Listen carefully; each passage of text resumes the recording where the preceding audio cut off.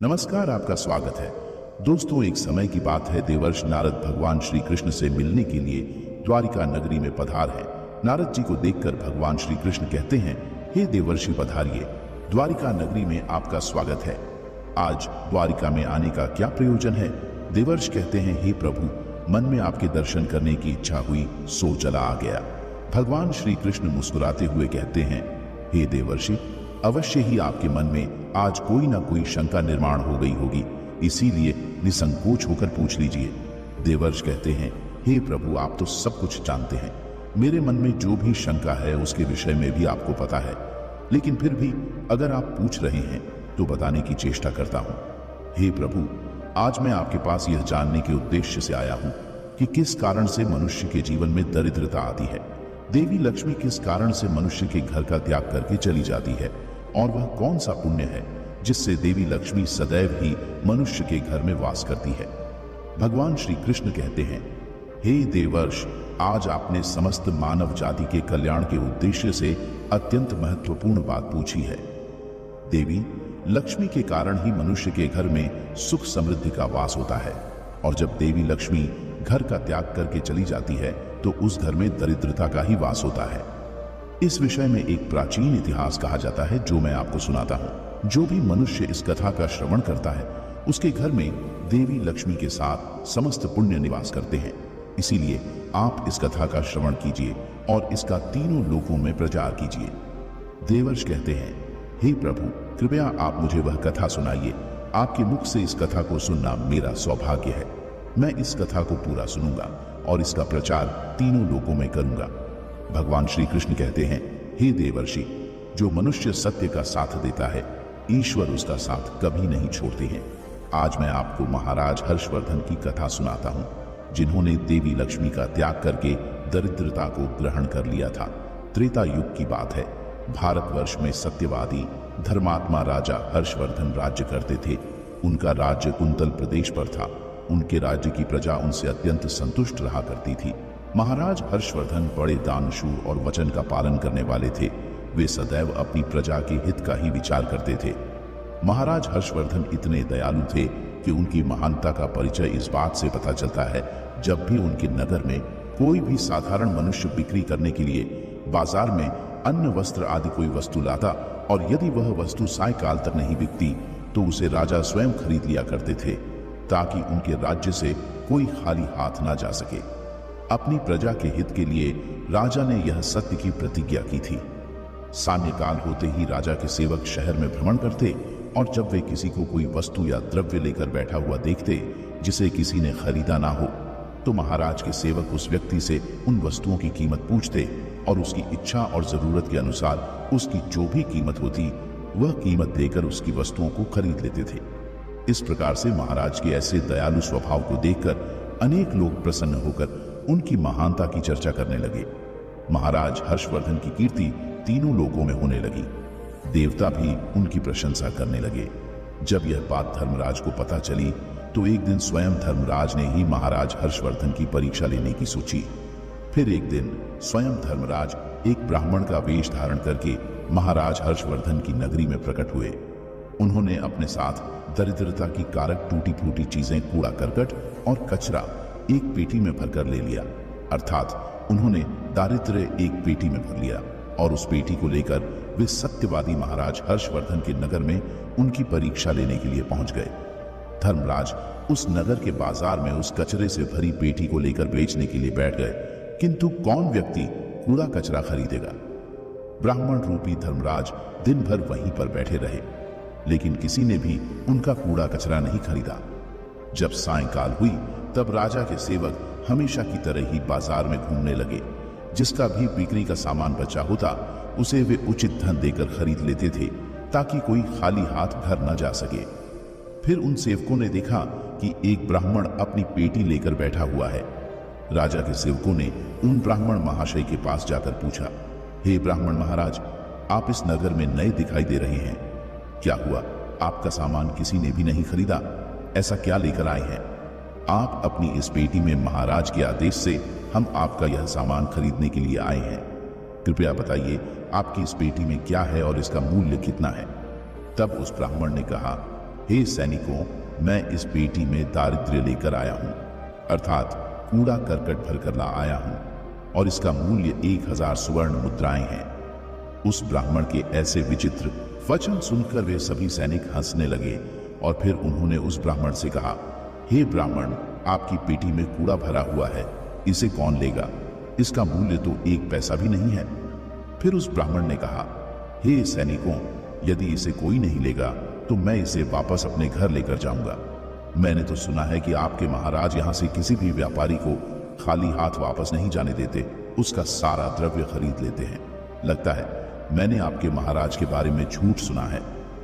उस ब्राह्मण की ऐसी बात सुनकर राजा के सेवकों ने कहा, हे ब्राह्मण, आपने सही सुना है। हमारे महाराज किसी भी व्यापारी को खाली हाथ घर नहीं भेजते, उसका सारा माल खरीद लेते हैं। इसीलिए तुम थोड़ी देर रुको, हम अभी महाराज के पास जाकर आते हैं। फिर उनमें से एक सेवक महाराज हर्षवर्धन के पास जाता है और उनसे कहता है, हे महाराज, आज हमारे नगर के बाजार में एक ब्राह्मण आया है। वह बड़ा ही विचित्र है। वह अपनी पेटी में कूड़ा कचरा भरकर लाया है और उसका मूल्य वह 1000 स्वर्ण मुद्राएं बता रहा है। तब महाराज ने कहा, हे सैनिकों, तुम जाकर उसके सामान का मूल्य जो कम से कम हो सके उतना उसे देकर उसका सामान खरीद कर लाओ। उसे उसकी वस्तुएं लेकर वापस मत जाने दो, अन्यथा मेरा वचन झूठा हो जाएगा। फिर राजा के सेवक उस ब्राह्मण के पास जाते हैं और कहते हैं, हे ब्राह्मण, हम तुम्हारे इस पेटी का मूल्य 200 स्वर्ण मुद्राएं देते हैं। तुम इतनी मुद्राएं लो और प्रसन्नता से अपने घर चले जाओ। किंतु उस ब्राह्मण ने कहा, हे सैनिकों, मैं 1000 स्वर्ण मुद्राओं से 1 पैसा कम नहीं लूंगा। यदि तुम मेरा सामान खरीदना चाहते हो तो खरीदो, नहीं तो मैं अपना सामान लेकर वापस चला जाता हूं। तब उन राजा के सेवकों ने कहा, हे ब्राह्मण, ठीक है, अब हम तुम्हें इस पेटी के बदले 500 मुद्राएं देते हैं। इतना मूल्य तुम्हारे लिए सही रहेगा। लेकिन फिर भी वह ब्राह्मण नहीं माना और 1000 स्वर्ण मुद्राओं पर ही अड़ा रहा और कहने लगा, मेरा सामान लेना है तो लो, नहीं तो मैं चला। तब फिर से वह सैनिक लौटकर राजा के पास जाता है और उनसे कहता है, हे महाराज, उस ब्राह्मण को हमने 500 मुद्राएं देने की कोशिश की, किंतु वह फिर भी नहीं मान रहा है। उसकी पेटी में कचरा और दारिद्र्य भरा पड़ा है, लेकिन फिर भी वह 1000 मुद्राएं ही मांग रहा है। हे महाराज, आपको उसका कचरा 1000 मुद्राओं में नहीं खरीदना चाहिए। महाराज हर्षवर्धन कहते हैं, हे सैनिकों, यह मेरे सत्य की प्रतिज्ञा है। मैं किसी भी व्यक्ति को अपने राज्य से खाली हाथ जाने नहीं दे सकता। हम सत्य का त्याग कभी नहीं करेंगे। इसीलिए तुम लोग जाओ और वह ब्राह्मण जो कीमत कह रहा है उसमें उसकी वस्तुओं को खरीद कर लेकर आओ। इसमें संकोच मत करो। फिर वह सिपाही ब्राह्मण के पास लौट कर आ गए। उन्होंने उस ब्राह्मण को 1000 स्वर्ण मुद्राएं दी और उसकी दारिद्र्य से भरी हुई पेटी ले ली। वह ब्राह्मण मुद्राएं लेकर चला गया और फिर सिपाही उस दारिद्र्य से भरी पेटी को लेकर राजमहल में लौट आए। फिर महाराज ने उस पेटी को राजमहल के अंदर रखवा दिया।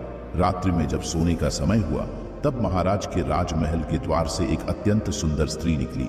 उस स्त्री के 4 हाथ थे, हाथों में कमल पुष्प थे। उस सुंदर स्त्री ने नाना प्रकार के आभूषण धारण किए हुए थे। महाराज महल के बाहर बैठे हुए थे।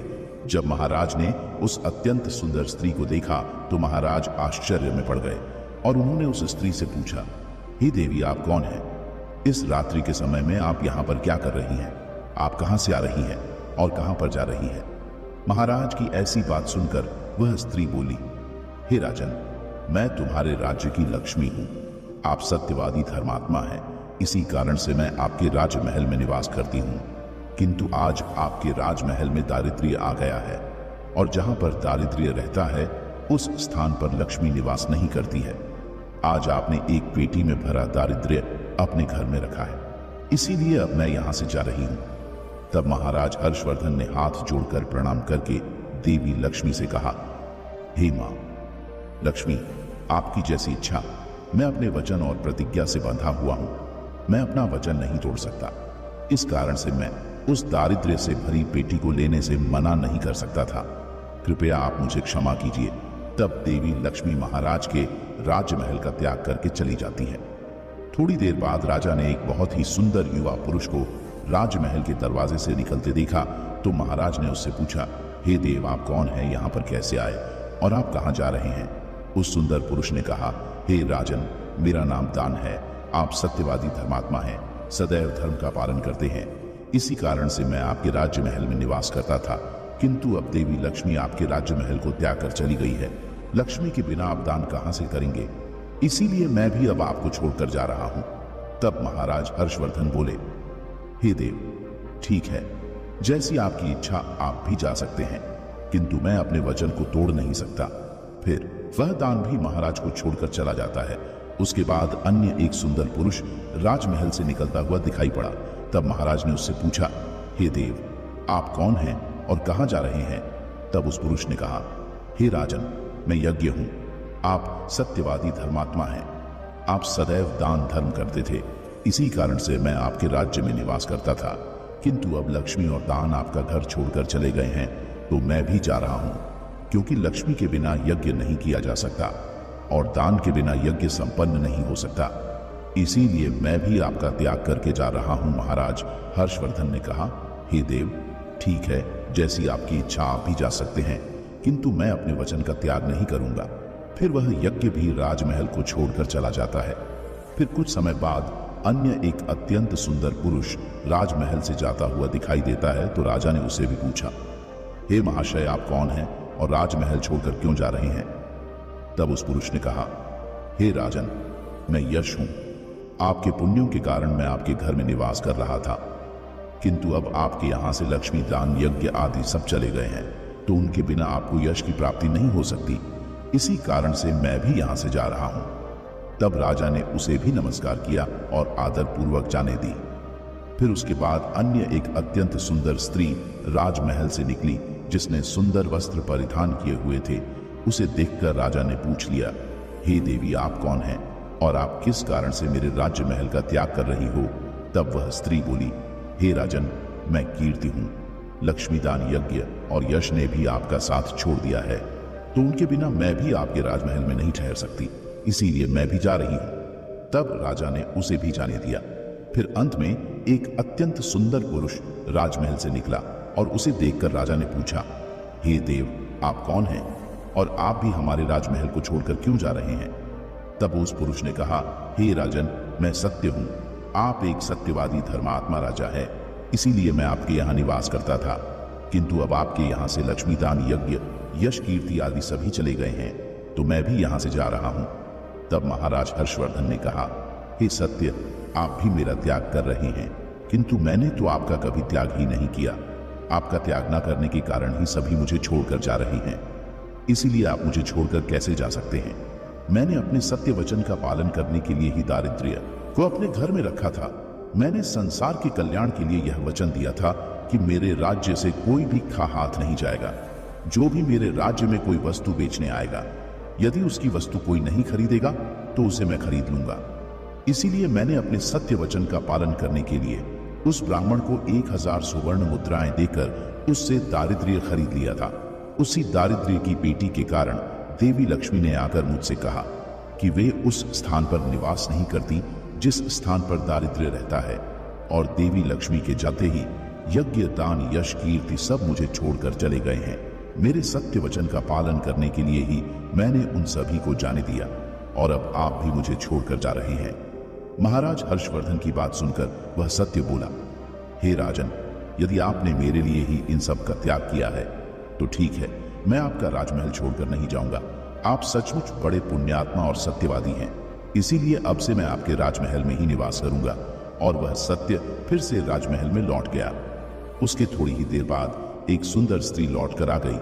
उसे देखकर राजा ने पूछा, हे देवी, आप कीर्ति हैं, अब भी आप मुझे छोड़कर चली गई थी, तो फिर वापस क्यों लौट कर आ गई? तब कीर्ति ने कहा, हे राजन, मुझे क्षमा करो, मैं लक्ष्मी, यज्ञ, दान, यश के बिना तो रह सकती हूँ, किंतु सत्य के बिना नहीं। इसीलिए जहां सत्य रहेगा मैं भी वहीं पर रहूंगी। फिर राजा ने कीर्ति का स्वागत किया और वह राजमहल में चली गई। फिर यश वहां पर लौट कर आ गया। राजा ने उससे पूछा, हे महाशय, आप तो यश हैं, आप मुझे छोड़कर चले गए थे, फिर लौटकर क्यों आ गए? तब उस पुरुष ने कहा, हे राजन, कोई राजा कितना ही बड़ा धनवान हो, दानशूर हो, किंतु सत्य के बिना उसे यश प्राप्त नहीं हो सकता। इसीलिए जहां पर सत्य विराजमान रहता है मैं भी वहीं पर रहता हूं। सत्य के बिना मैं नहीं रह सकता। ऐसा कहकर फिर यश ने राजमहल में प्रवेश किया। उसके कुछ क्षण बाद यज्ञ भी लौटकर आ गया। राजा ने उससे भी पूछा, हे महाशय, आप क्यों लौट कर आ गए? तब यज्ञ ने कहा, हे राजन, चाहे कोई कितना भी लक्ष्मीपति और दानशील क्यों ना हो, किंतु बिना सत्य के यज्ञ शोभा नहीं देता है। आप में सत्य विराजमान है, इसीलिए मैं भी आपके पास ही रहूंगा। इतना कहकर यज्ञ भी राजमहल में वापस लौट गया। उसके कुछ क्षण बाद दान भी वापस आ गया। राजा ने उससे भी पूछा, हे महाशय, आप भी मुझे छोड़कर गए थे, फिर लौटकर किस कारण से आ गए? तब उस पुरुष ने कहा, हे राजन, मैं दान हूं। कुछ समय पहले मैं आपको छोड़कर गया था, किंतु आप में सत्य विराजमान है और जहां सत्य रहता है मैं भी वहीं रहता हूं। कोई मनुष्य कितना ही धनवान क्यों ना हो, किंतु बिना सत्य के वह दान नहीं कर सकता। दान का महत्व सत्य से ही होता है, इसीलिए मैं भी लौट कर आ गया। राजा ने कहा, ठीक है, आपका भी स्वागत है। और फिर दान भी राजमहल में चला गया और फिर उसके बाद साक्षात देवी लक्ष्मी लौट कर आ गई। राजा ने पूछा, हे मां लक्ष्मी, आप वापस क्यों आ गई? आप तो मुझे छोड़कर चली गई थी। तब देवी लक्ष्मी ने कहा, हे राजन, यह आपके सत्य की परीक्षा थी। आपके यहाँ पर यश, दान, यज्ञ और सत्य सभी निवास करते हैं और लक्ष्मी के बिना सभी विफल हो जाएंगे। इसीलिए मैं आपके सत्य धर्म की रक्षा करने हेतु लौट कर आ गई हूं। तब राजा ने कहा, हे मां लक्ष्मी, मेरे यहां पर तो दारिद्र्य से भरी हुई पेटी है। जहां दारिद्र्य रहता है वहां पर आप कैसे निवास कर सकती हो? तब देवी लक्ष्मी ने कहा, हे राजन, मेरी कृपा से वह दारिद्र्य से भरी पेटी भी सुवर्ण और रत्नों से भर जाएगी। इतना कहकर मां लक्ष्मी भी राजमहल में प्रवेश करती है। मां लक्ष्मी के प्रवेश करते ही वह पेटी में भरा पड़ा कूड़ा कचरा रत्न और स्वर्ण के आभूषण में बदल गया। इसके कुछ समय के पश्चात स्वयं धर्मराज ब्राह्मण के रूप में राजमहल में आ गए।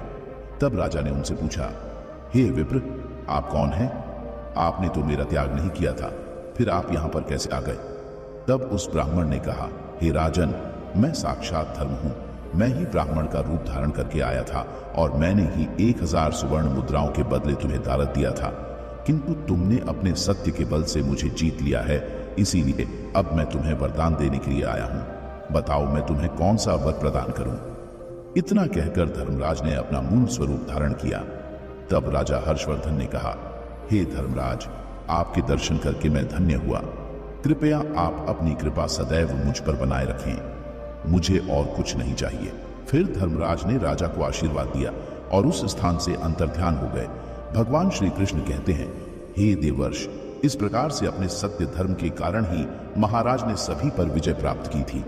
इसीलिए मनुष्य को कभी भी सत्य का अनादर नहीं करना चाहिए, हमेशा सत्य का पालन करना चाहिए। जो सत्य की राह पर चलता है उसके पास लक्ष्मी, दान, यज्ञ, यश, कीर्ति सदैव निवास करते हैं।